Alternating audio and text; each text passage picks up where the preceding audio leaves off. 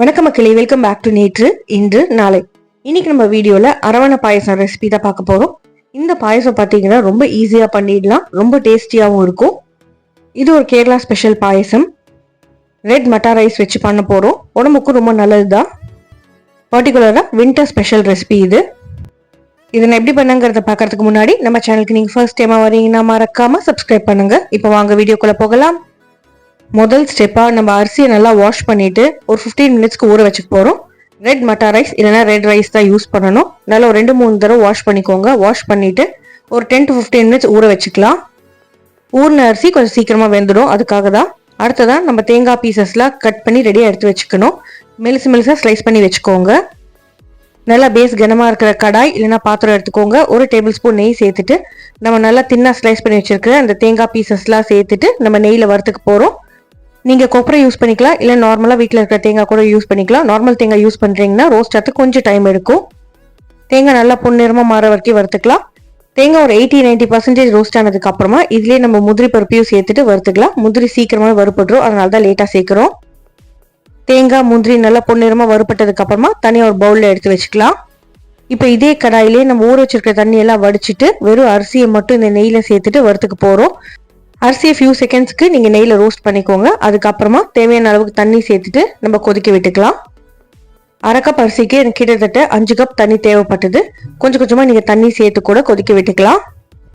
அப்பப்போ தேவையான அளவுக்கு நீங்கள் தண்ணி சேர்த்துக்கோங்க. அதே மாதிரி கலரி விட்டுட்டே இருங்க, இல்லைன்னா அடி பிடிச்சிடும். மட்டை அரிசியை பொறுத்த வரைக்கும் வேகிறதுக்கு கொஞ்சம் டைம் எடுத்துக்கும். நம்ம நார்மலாக வீட்டில் யூஸ் பண்ணுற அரிசி மாதிரி கிடையாது.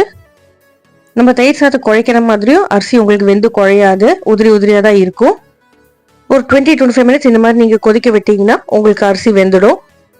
டைம் எல்லாம் ரொம்ப ஈஸியாக பண்ணணும்னு நினச்சிங்கன்னா நீங்கள் இதை அப்படியே ப்ரெஷர் குக்கருக்கு மாற்றிட்டு விசில் விட்டீங்கன்னா உங்களுக்கு அரிசி வெந்துடும். சேர்த்த அரிசி வேகிறதுக்குள்ளேயும் நம்ம வெள்ளத்தை கரைச்சி வடிகட்டி எடுத்து வச்சுக்கலாம். அரை கப் அரிசிக்கு 1 கப் வெல்லம் சரியாக இருக்கும். டார்க் கலர் வெல்லம், நல்லா பாகு வர மாதிரி இருக்கிற வெல்லம் யூஸ் பண்ணிக்கோங்க. வெள்ளத்தில் கொஞ்சமாக தண்ணி சேர்த்து கொதிக்க விட்டிங்கன்னா நல்லா கரைஞ்சிரும். அதுக்கப்புறமா அதை நம்ம வடிகட்டிட்டு யூஸ் பண்ணிக்கலாம். இப்போ நம்ம அரிசி வெந்துருத்தா இல்லையான்னு ஒரு அரிசி எடுத்து நசுக்கி பார்த்தா தெரியும். ஸ்மூத்தாக எடுத்துனா வெந்துருத்துன்னு அர்த்தம். முடிஞ்ச அளவுக்கு நல்லா வேக வச்சுக்கோங்க. ஏன்னா நம்ம வெல்லம் சேர்க்கும் போது கொஞ்சம் முறைச்சா மாதிரி இருக்கும். கரண்டி யூஸ் பண்ணி அப்படியே லைட்டாக மேஷ் பண்ணி விட்டுக்கலாம். அப்போ தான் நம்மளுக்கு அந்த நிறைய கூயாக கிடைக்கும்.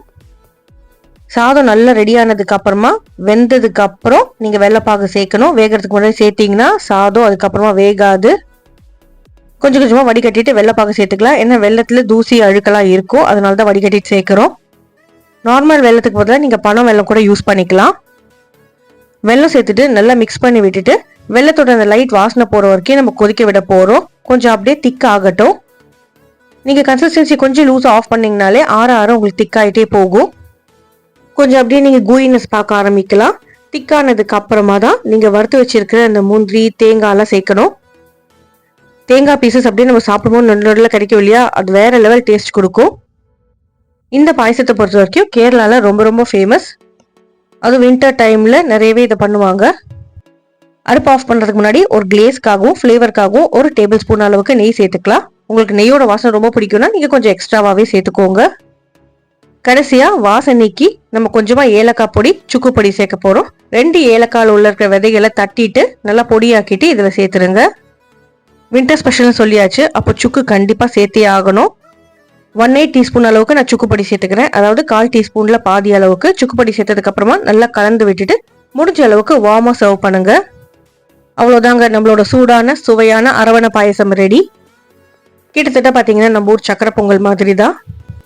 இந்த வீடியோ உங்களுக்கு பிடிச்சிருந்தா இந்த ரெசிபி நீங்கள் ட்ரை பண்ணி பார்த்துட்டு எப்படி வந்ததுங்கிறது எனக்கு மறக்காம கமெண்ட்ஸில் சொல்லுங்க. நம்ம சேனலுக்கு நீங்கள் ஃபர்ஸ்ட் டைமாக வரீங்கன்னா லைக் பண்ணுங்க, ஷேர் பண்ணுங்க, சப்ஸ்கிரைப் பண்ணுங்க. இன்னொரு நல்ல வீடியோட நல்ல ரெசிபியோட உங்களை நான் சீக்கிரமே சந்திக்கிறேன். Until then, take care, bye bye, have a great day, thanks for watching.